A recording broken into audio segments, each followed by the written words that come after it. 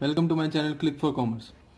आज के हम इस वीडियो में मैं आपको रूल्स ऑफ डेबिट क्रेडिट समझाने वाला हूँ। रूल्स ऑफ डेबिट क्रेडिट, जैसे मैंने अपनी प्रीवियस वीडियो में आपको अप्रोचेस बताए थे। एक था ट्रेडिशनल अप्रोच और दूसरा अप्रोच था हमारे पास मॉडर्न। तो ट्रेडिशनल में तो मैंने आपको बता दिया था कि ट्रेडिशनल में कौन से रूल अप्लाई होते हैं। गोल्डन रूल्स जो बताए थे आपको, जो 3 गोल्डन रूल्स होते हैं, debit what comes in, credit what goes out, फिर उसका debit the receiver, credit the giver, debit loss, credit income. तो वो 3 गोल्डन रूल्स थे हमारे पास, वो अप्लाई होता है ट्रेडिशनल रूल्स पे। इस ट्रेडिशनल रूल्स के बेस पे ही हम आज क्या सीखने वाले, मॉडर्न रूल्स क्या होते हैं। तो चलिए इस वीडियो को स्टार्ट करते हैं। अब मैं बताता हूँ कि मॉडर्न रूल्स में होते क्या हैं, क्या क्या चीजें होती है, उसमें अकाउंट कैसे आइडेंटिफाई करते हैं। Let's start.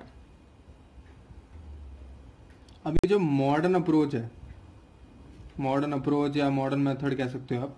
मॉडर्न अप्रोच में अकाउंट में डेबिट और क्रेडिट कब कब होगा, तो ये डिपेंड करता है कि इंक्रीज और डिक्रीज पे किसका, उस अकाउंट का जिसका भी आप अकाउंट बना रहे हो। जैसे कैश हो गया, लायबिलिटी हो गई, कुछ भी हो गया, तो इंक्रीज डिक्रीज पे ध्यान देता है कौन, मॉडर्न अप्रोच। ठीक है, अब चलते हैं मॉडर्न अप्रोच के टाइप्स देखते हैं कि कौन कौन से अकाउंट्स हमारे पास हैं। जी दोस्तों, तो हमारे पास ये मॉडर्न अप्रोच पे ये अकाउंट का क्लासिफिकेशन है हमारे पास। ट्रेडिशनल अप्रोच में 3 क्लासिफिकेशन थे, पर्सनल अकाउंट, नॉमिनल अकाउंट और रियल अकाउंट। ट्रेडिशनल में क्या था, नॉमिनल था, एक रियल था और एक था पर्सनल अकाउंट, रियल अकाउंट और नॉमिनल अकाउंट। ये 3 थे हमारे पास ट्रेडिशनल में। तो यहाँ पे हमारे पास क्या अकाउंट्स की बाइफर्केशन क्या है, asset, liability, capital, income, expense. अब एक एक करके हम इसको सॉर्ट करते हैं कि अब ये बताता है क्या है। अब एसेट में कब डेबिट करना है, कब क्रेडिट करना है। ठीक है, तो एसेट हमारे पास, ये जो मॉडर्न अप्रोच ये क्या कहता है कि एसेट जब इंक्रीज हो तब क्या करना हो, डेबिट। जब डिक्रीज होना होता है तब क्या करना होता है, क्रेडिट।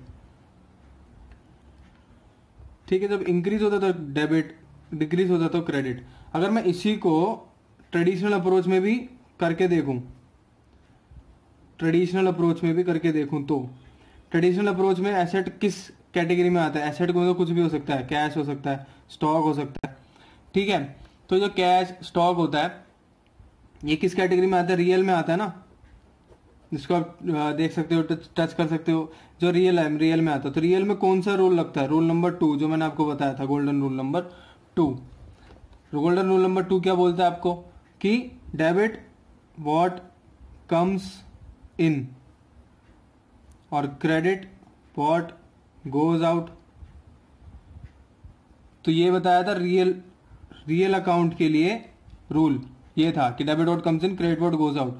तो ऐसे ही अगर मैं यहां देखूं, मॉडर्न अप्रोच क्या कहता है कि एसेट जब डेबिट कब करना है, जब एसेट इंक्रीज होगा। एसेट इंक्रीज होने का मतलब क्या है कि एसेट आया आपके पास, अगर आपके पास कोई चीज पड़ी है, मान लो आपके पास कल को एक मोबाइल फोन था, फिर एक और मोबाइल फोन आ गया, तो 2 हो गए ना, तो एसेट इंक्रीज हुआ।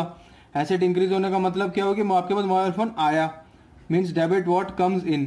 तो सेम रूल यहाँ पे भी दे रखा है, डेबिट व्हाट कम्स इन और एसेट इंक्रीज हो तो डेबिट। तो ट्रेडिशनल का ही एक्सटेंडेड वर्जन होता है मॉडर्न अप्रोच। ठीक है, अब यही लायबिलिटी में क्या होगा, लायबिलिटी में एसेट का राइट ऑपोजिट हो जाएगा। अगर लायबिलिटी कम हुई तो हम कर देंगे डेबिट, और लायबिलिटी ज्यादा हुई तो हम कर देंगे क्रेडिट।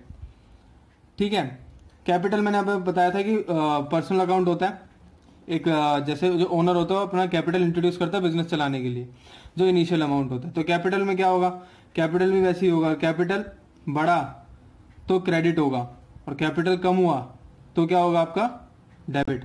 इसको अगर मैं वहां ले चलूं ट्रेडिशनल अप्रोच में देखें, तो ट्रेडिशनल अप्रोच में क्या कहते हैं, कैपिटल अकाउंट कौन सा था, पर्सनल नेचर का था। क्यों, क्योंकि जो ओनर है वो पर्सन होता है, नेचुरल पर्सन है ना। तो उसमें क्या बोलता है कि debit the receiver, credit the giver. तो डेबिट किसको करोगे, जो रिसीव कर रहा है। रिसीव कौन कर रहा है, बिजनेस। तो बिजनेस में जब कैपिटल आया तो ऑब्वियसली क्या होगा, जब कैपिटल बढ़ा तो हम क्या कर देंगे, क्रेडिट। तो जब कैपिटल इंट्रोड्यूस होता है इंक्रीज होता तो क्रेडिट होगा, डिक्रीज होगा तो डेबिट होगा। अब चलते हैं इनकम और एक्सपेंडिचर में, ये दोनों राइट अपोजिट है। इनकम आपका बढ़ेगा, इनकम इंक्रीज हुई, इनकम इंक्रीज हुई तो क्या करना पड़ेगा हमें, क्रेडिट। इनकम डिक्रीज हुई तो डेबिट। और सेम एक्सपेंस के लिए, एक्सपेंस बढ़ गया तो आप करोगे डेबिट, और एक्सपेंस कम हो गया तो आप करोगे क्रेडिट। इसी का राइट उल्टा, ठीक है। और ट्रेडिशनल अप्रोच में भी यही कहता है। ट्रेडिशनल अप्रोच ये नॉमिनल अकाउंट में आता है, ये दोनों इनकम और एक्सपेंस, ठीक है। तो इनकम और एक्सपेंस नॉमिनल में आएगा, तो नॉमिनल में क्या बोलता है, debit all losses and expense credit, ये रूल बोलता है ना, debit all loss and expense, credit all income gains, income और गेन। तो debit all loss expense, expense को डेबिट करो जब एक्सपेंस होगा। एक्सपेंस होने का मतलब क्या हुआ कि आपका खर्चा बढ़ गया, आपका खर्चा बढ़ा तो डेबिट। और ये नॉमिनल जो ट्रेडिशनल अप्रोच है ये भी यही कहता है, debit all loss and expense.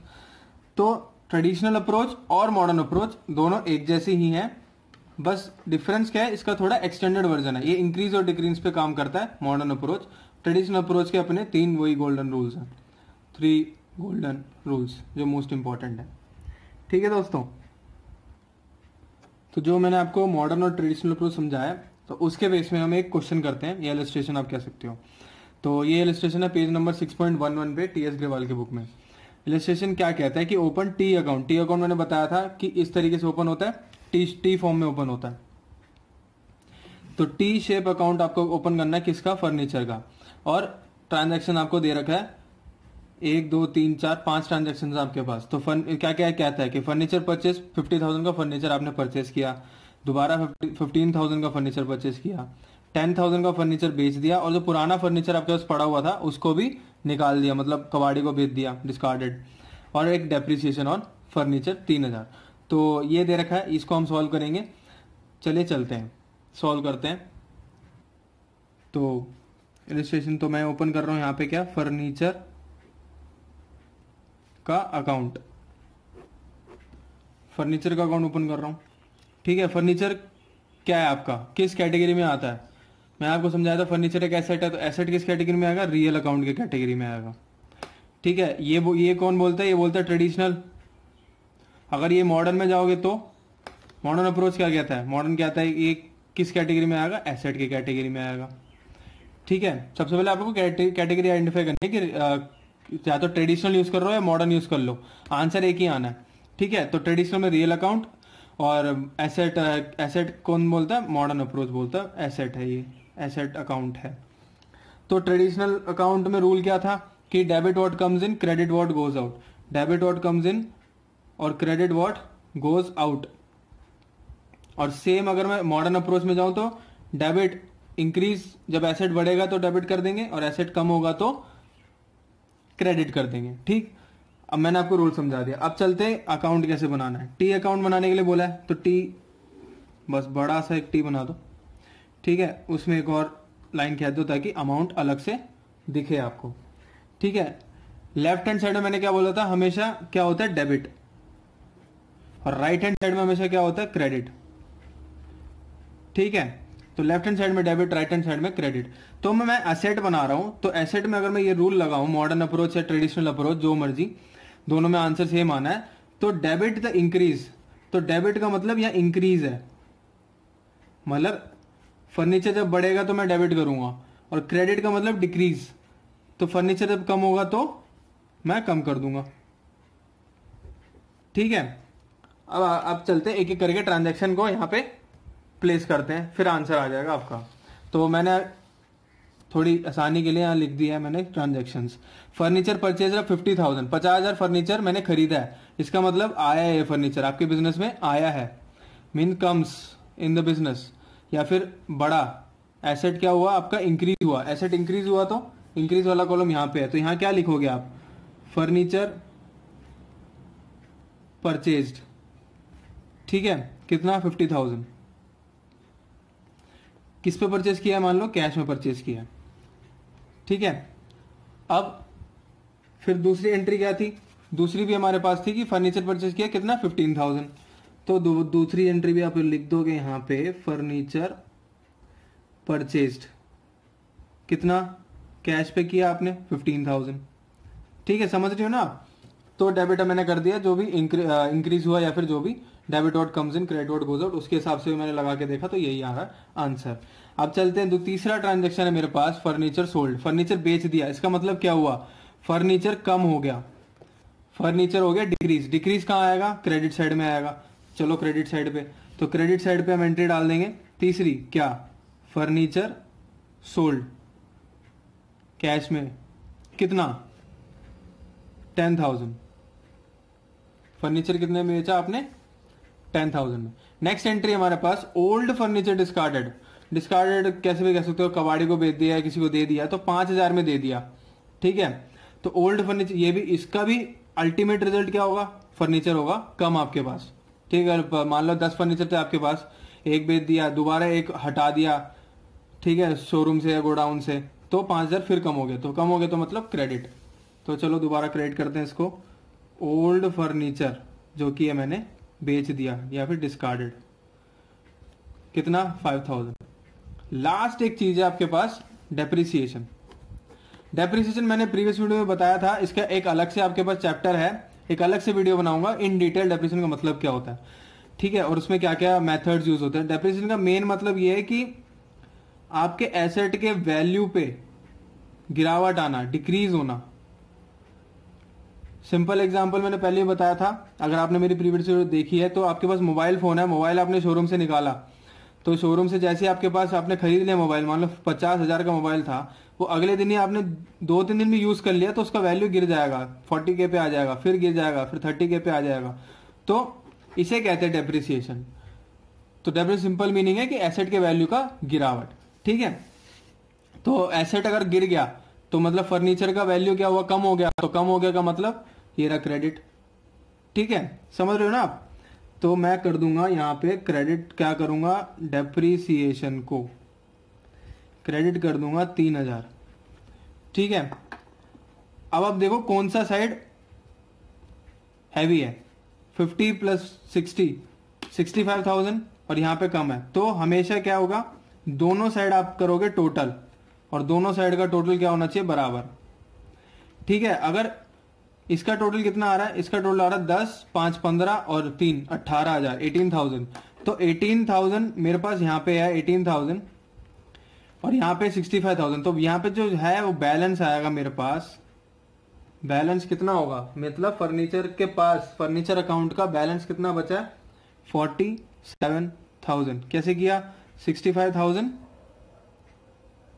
Minus ये जो था टोटल 18,000, तो ये आपका आ जाएगा 47,000।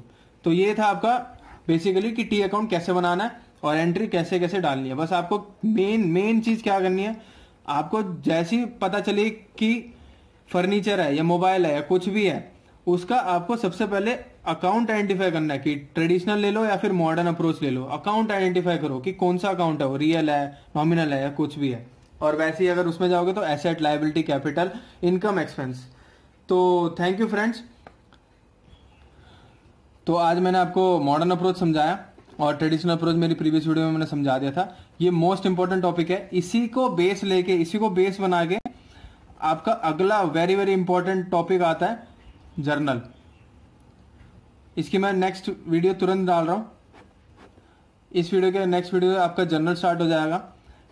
तो जर्नल मोस्ट इंपॉर्टेंट चैप्टर है या फिर मोस्ट इंपॉर्टेंट टॉपिक है जो लाइफ लॉन्ग आपका काम आएगा कि जर्नल की एंट्री कैसे करेंगे। तो इसके बारे में डिटेल मैं नेक्स्ट वीडियो में बताता हूं। ठीक है दोस्तों, तो थैंक यू वेरी मच।